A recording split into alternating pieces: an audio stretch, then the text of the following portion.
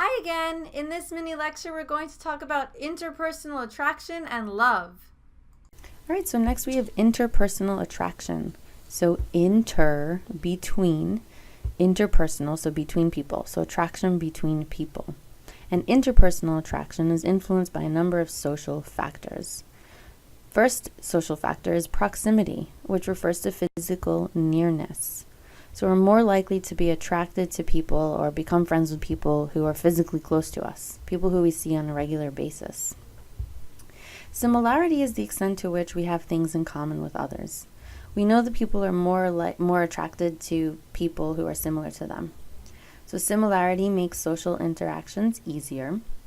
When attitudes and interests overlap, there's a mutual understanding. We also assume that we're going to be liked and accepted by those who are similar to us. And finally, surrounding ourselves with people who share our likes and dislikes validate our views and help us feel good about ourselves. And this includes negative views of others. So when you have a negative view of someone else and you gossip and someone else is gossiping with you, this is going to validate that negative view and that's going to make you feel good. And research suggests that infants as young as 9 months old prefer individuals who are nice to people like them and who are mean to people who are not like them. So this research was done by showing infants a puppet show. So the 9-month-old would watch a puppet show and there were puppets who were mean to each other and puppets who were nice to each other. And the infants preferred the puppets who helped the puppets that the infants believed were similar to them, and they disliked the puppets who were mean to the puppets that they viewed as similar to them. So it's really difficult to figure out what type of puppet a 9-month-old infant feels similar to, but this was done based on food preference. So they would ask a 9-month-old infant, not verbally, but would you prefer an apple or a graham cracker? And so if the child picked a graham cracker, then they would have other puppets be mean to a puppet who also enjoys graham crackers. I hope that made sense. If it didn't make sense, let me know. All right, so next we have reciprocity. And reciprocity is the rule of give and take. And this is crucial for a relationship to move to deeper levels. So we tend to feel obligated to give what we get and to maintain equality in a relationship. Also, when we disclose intimate topics with someone else, they are also more likely to disclose that information to you. So you have a mutual disclosure. And disclosure about these intimate topics, this mutual disclosure, is more likely to increase interpersonal attraction. And finally, we have physical attraction. So physical attraction is important to both sexes, to both males and females. However, it's more important to men. And people generally prefer more average faces, which is very surprising. And this is probably because average faces are more symmetrical. And from an evolutionary perspective, an average face may suggest that a person doesn't have some sort of genetic mutation. So in the next slide, I'll show you a video of a research study done that shows how people are indeed more physically attracted to average faces from an evolutionary perspective.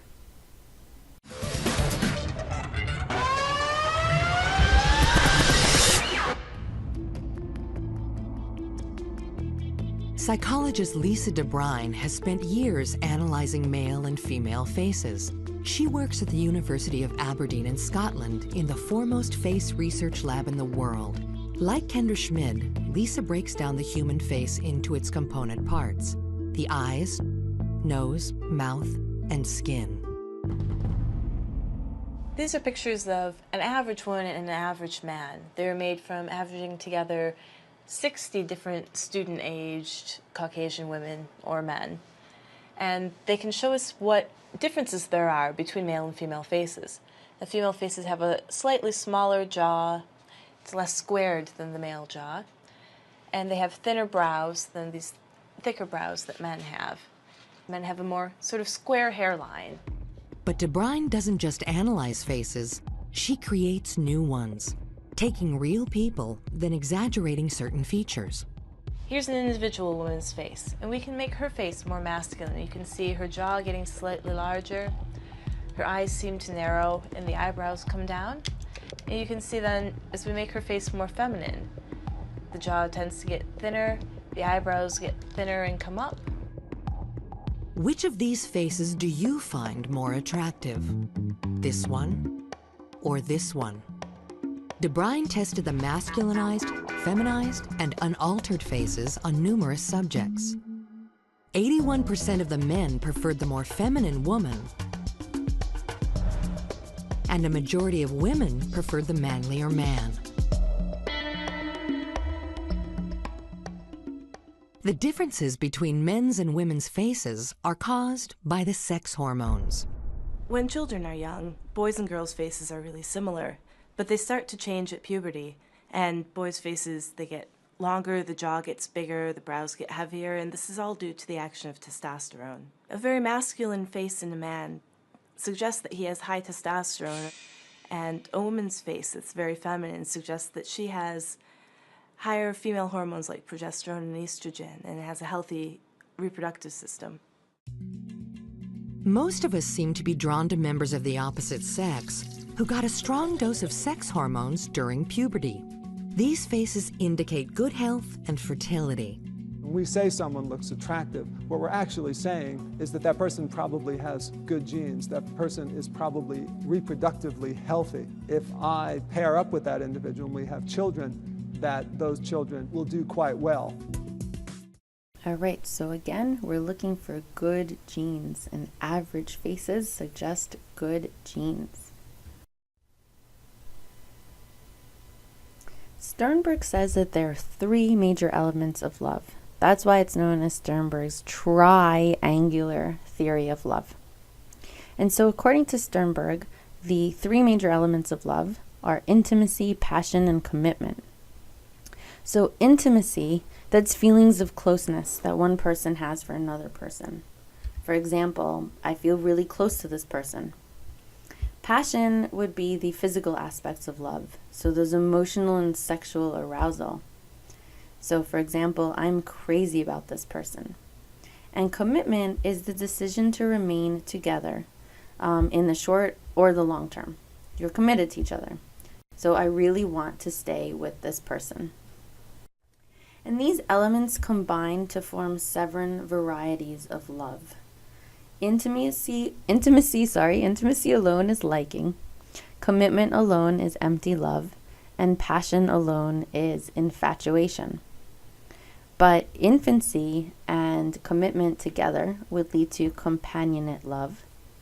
Passion and commitment together leads to fatuous love. And passion and intimacy together are known as romantic love. And then if you have all 3 of these elements, intimacy, passion, and commitment, that is known as consummate love. So make sure you know the difference between these different types of love. So you might be curious about the biology of love. So when we look at the brain of someone in love, it actually looks a lot like the brain of someone on cocaine. And this is because we have a surge of dopamine and norepinephrine. These are 2 neurotransmitters. A surge of dopamine and norepinephrine running through the reward system when we are in love. And the same thing happens when we are on cocaine. And oxytocin is a hormone that increases bonding and attachment. So for example, oxytocin is naturally released in huge amounts during childbirth. And also, oxytocin is released during times when we're around people or things that we love. And I'm pretty sure I mentioned this earlier in the semester. So research studies have been done where you look at people or your pets, people who you love or your pets who you love, and oxytocin is assessed. And when you look at those pictures of your loved ones, your oxytocin levels increase as compared to when you're looking at pictures of, for example, a stranger. Oxytocin is also thought to increase feelings of trust. So I have a brief video here about the biology of love. From philosophers and historians to poets and scientists alike, love has captured our imagination and curiosity for centuries. Many have experienced the rush of falling in love for the first time, or the deep feelings of love for your children, family, and friends. But what is love from a biological perspective? No doubt it's intertwined with the evolutionary survival of our species. After all, you come from an unbroken line of organisms reproducing, from the very first microbe that split in two to your ancestors who have all successfully mated since the dawn of time. Sadly, if you fail to have children, this perfect streak comes to a halt. But while we're driven to reproduce, we're also driven to make sure our offspring survive. Though we often associate love with the heart, the true magic can be seen inside the brain. It may not be entirely surprising to find out that the brain of somebody in love looks awfully similar to one on cocaine. Cocaine acts on the pleasure centers in the brain by lowering the threshold at which they fire. This means that you feel really good a lot easier. We see the same thing in the brains of those in love, but it's not just the cocaine or the love that makes you feel good. It's the fact that anything you experience will now more easily set off pleasure centers and make you feel good. Because of this, you not only fall in love with the person, but begin to build a romanticized view of the world around you. Interestingly, nearby pain and aversion centers begin to fire less, so you become less bothered by things. Simply put, we love being in love. So what chemicals are at work to make all of this happen? Both during orgasm or by simply looking at photos of a loved one, there's a surge of dopamine and norepinephrine from the ventral tegmental area. This not only triggers sexual arousal and your racing heart, but gives you the motivation, craving, and desire to be with a person more and more. You see, romantic love is not simply an emotion, it's a drive from the motor of the mind, and this motor brings about intense energy, focused attention, and elation. The pleasure centers are part of the brain's reward system, the mesolimbic dopamine system. If you stimulate this region while learning becomes much easier because it's pleasurable and perceived as a reward. We also see a surge in the neuromodulator oxytocin from the nucleus accumbens, sometimes called the commitment neuromodulator because in mammals it helps to reinforce bonding or attachment. When prairie voles are injected with either oxytocin or vasopressin, they'll instantly find a mate to pair bond with. Finally, studies have shown that people in love have low levels of serotonin, which is similar to people with obsessive-compulsive disorder. This is likely the cause of our obsession and infatuation during early love. Amazingly, these areas associated with intense romantic love can remain active for decades. And while there are many other physiological and psychological components that add to the mix, the truth is, science still knows very little about exactly why or how love works. And yet somehow, we all seem to know it when we feel it. Got a burning question you want answered? Ask it in the comments or on Facebook and Twitter, and subscribe for more weekly science videos. All right, I hope you enjoyed that mini lecture. As always, if you have any questions, please don't hesitate to ask.